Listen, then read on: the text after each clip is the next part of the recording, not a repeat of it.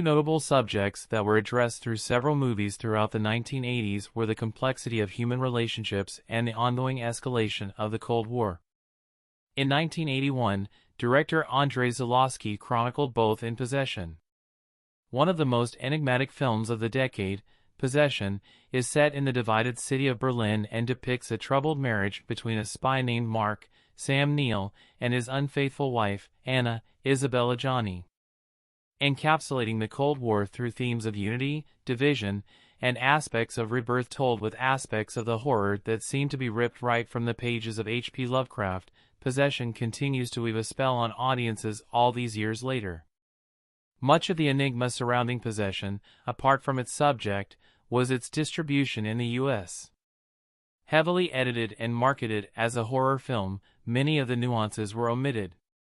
At its core, Possession is a psychological horror that probes the depth of human relationships and the inner turmoil that accompanies existential dread. Critical reception was negative for the most part, with many comparing Possession to Repulsion, The Brood, and even Ingmar Bergman's Scenes from a Marriage. With the full cut now available, audiences at last are gaining a better appreciation for a remarkable film from one of cinema's unique visionaries. A City and Marriage divided. Part of the effectiveness of Possession as a film is its location. Set in Berlin during the Cold War, Zulawski utilizes the divided city to his full advantage. Berlin, separated by a wall, and the marriage of Mark and Anna unraveling, isn't just a means of symbolism but sets up the chance to utilize complex camera work to place the audience in the role of voyeur. The camera work, which mimics the feeling of being encapsulated in a fishbowl, establishes the isolation and division that exists both in Berlin and in the marriage between Mark and Anna. Throughout Possession, the presence of guards on the Berlin Wall further accentuates the feeling of being watched and isolated. The marriage of Mark and Anna and its state of undoing isn't limited to the actions of the film but also to the masterful way in which several scenes are framed and characters are positioned. Multiple scenes in which Mark and Anna appear together are framed in such a way as to show the division between the two. Some of these examples include occupying different rooms in their apartment while being in the same shot and sitting back to back in a cafe as they discuss their crumbling union. The city itself is far removed from the hustle and bustle that would take place in a major metropolitan area such as West Berlin.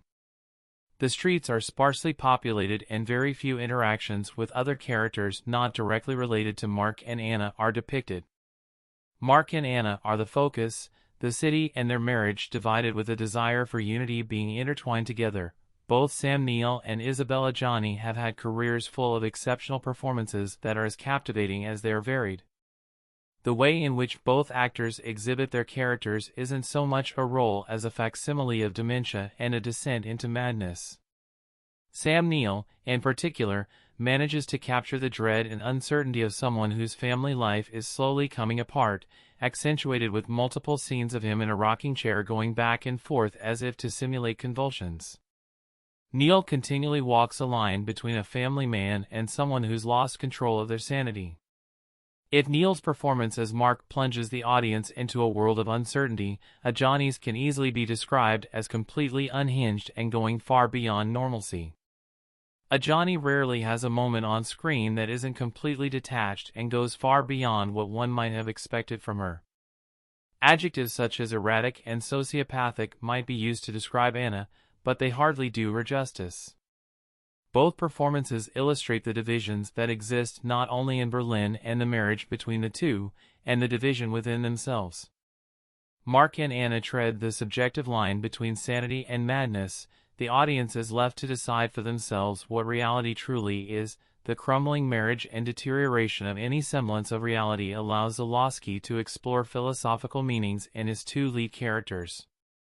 No other moment in Possession is more traumatizing to a first-time viewer than a scene where Anna describes a miscarriage. Anna enters a subway tunnel carrying a bag of eggs. Her body contorts violently as she vomits blood and other fluids. Describing the miscarriage as the separation of Sister Faith and Sister Chance, this duality that emanates from Anna's miscarriage is another example of Zulawski illustrating the complex matter of separation that is prominent throughout Possession.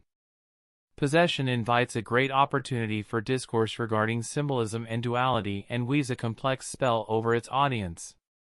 Zulawski found an unconventional means of discussing a conventional topic, one that was quite relevant at the time of its release. An enigmatic film that has permanently secured its legacy, the transgression, and artistic merit make Possession truly unique among contemporaries. Stream on Shudder.